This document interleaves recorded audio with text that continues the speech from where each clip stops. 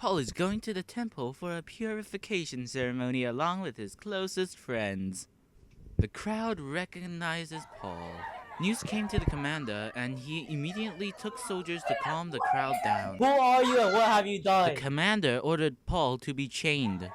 Since he couldn't find out the truth in all the uproar and confusion, the Roman commander brought Paul to the barracks. When Paul was about to be led into the barracks, he asked, Can I speak to the crowd? You can speak Greek? Yes. Sure then. It all started when, A few moments later. and he told me, Depart, for I have sent you to the Gentiles. At the word Gentiles, the mob gets mad, threatening to kill Paul. Things get so out of hand that the Roman commander orders Paul back inside the barracks. They tie Paul up and are about to whip him so that he confesses his crimes, but Paul Wait, says, stop. I'm a Roman citizen. Now, prove it. See? Right here.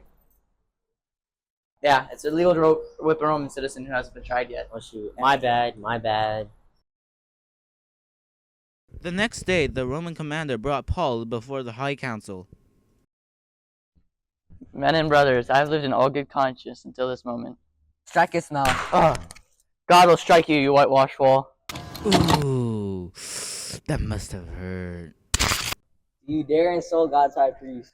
My bad, I didn't know he was a high priest. Sorry. Paul realized that some members of the high council were Sadducees and some were Pharisees. Then Paul said, Brothers, I was once a Pharisee, and now I'm being put on trial because my hope is in the resurrection of the dead. This statement divided the council because the Pharisees believed in the resurrection of the dead while the Sadducees didn't. He has done nothing wrong. Let him go. He is guilty. The conflict grew so violent that the commander brought Paul back into the barracks. Over 40 Jews were so mad that the next day they made an oath. Guys, this Paul guy has to go. We won't eat until Paul is dead. Paul's nephew heard of the Jews' plot to kill Paul, so he went to the barracks to tell him. Paul calls out to one of the guards to bring his nephew to the Roman commander. Paul's nephew tells the Roman commander all that he knows. The Roman commander also sends Paul and some soldiers to protect him along with a letter to Governor Felix. Governor Felix was sitting on the judge courtroom when the Roman guards brought Paul and the letter to him. Felix begins to read the letter. To the most excellent Governor Felix. One eternity later. Before you, the charges against him. Farewell. After Felix read the letter, he says, I will hear you when your accusers have come. 5 days later, Paul is standing trial before Governor Felix. Order in the court.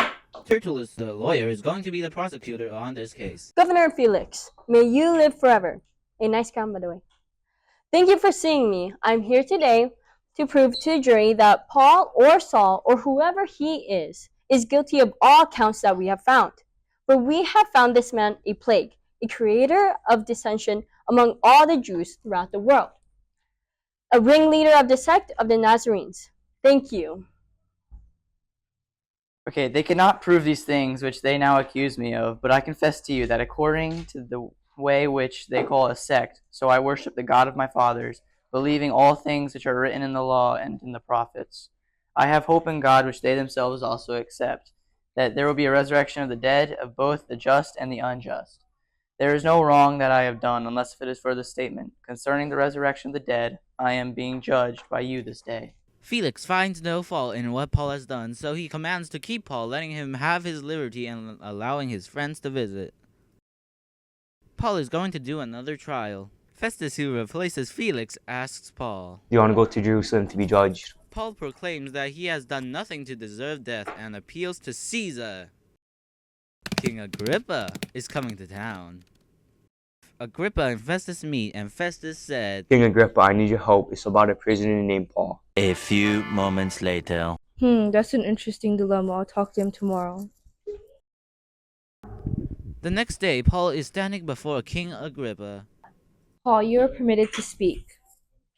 I will tell you my testimony. It all started when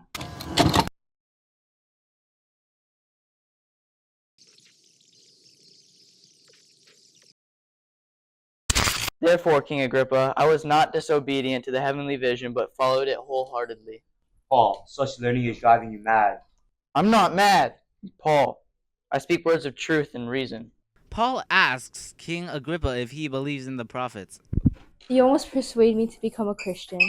I would to God that not only you, but also all who hear me today might become both almost and altogether as I am, except for these chains.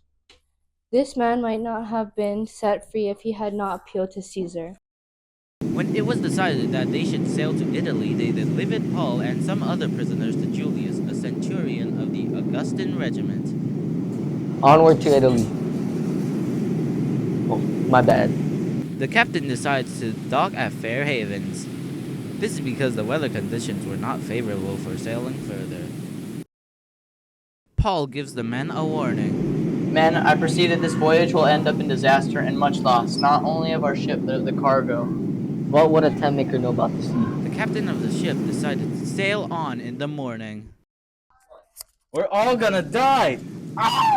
Should listen to Paul. Lighten the ship, throw all the cargo overboard. But captain, think of all the money we are gonna lose. Would you rather lose your life, throw it overboard, and when you finish, throw the tackle over as well?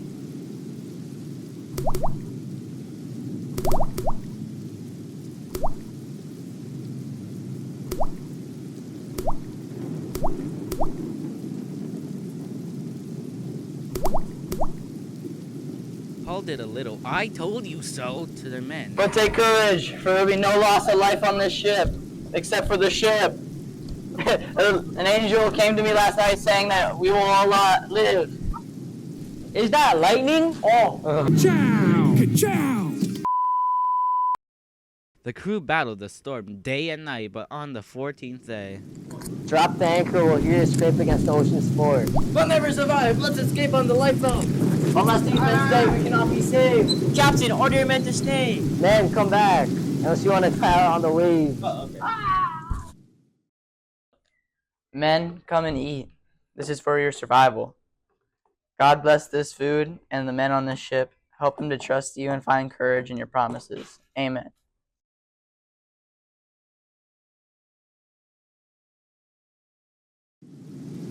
Land ho, there's a harbor with the beach, 10 degrees south by southeast. Cut the anchor, we'll run aground if we can. Oh, no. Abandon ship.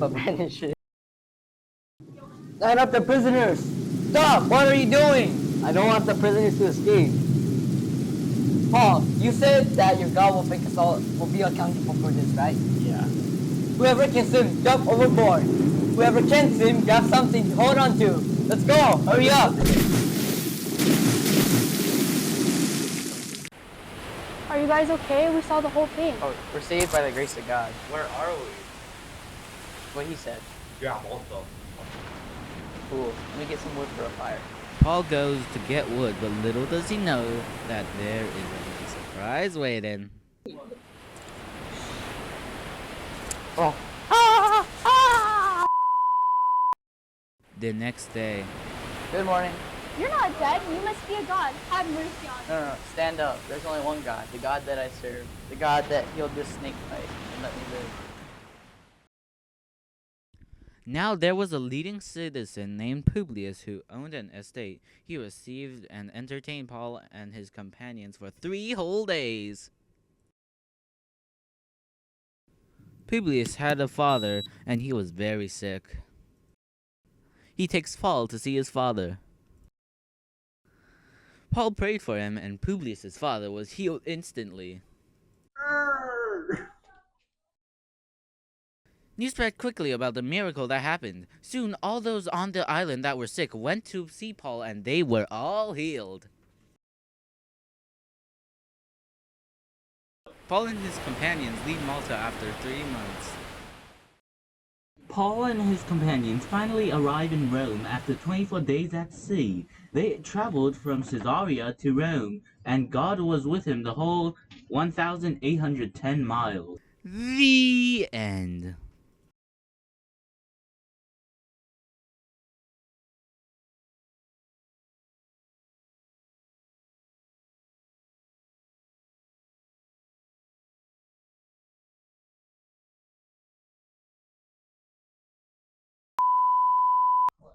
We're all gonna die. We're all gonna die. Aye, aye, Captain. Abandon ship, man. And when you finish, throw the tackle over as well. Stop! What are you doing? That one.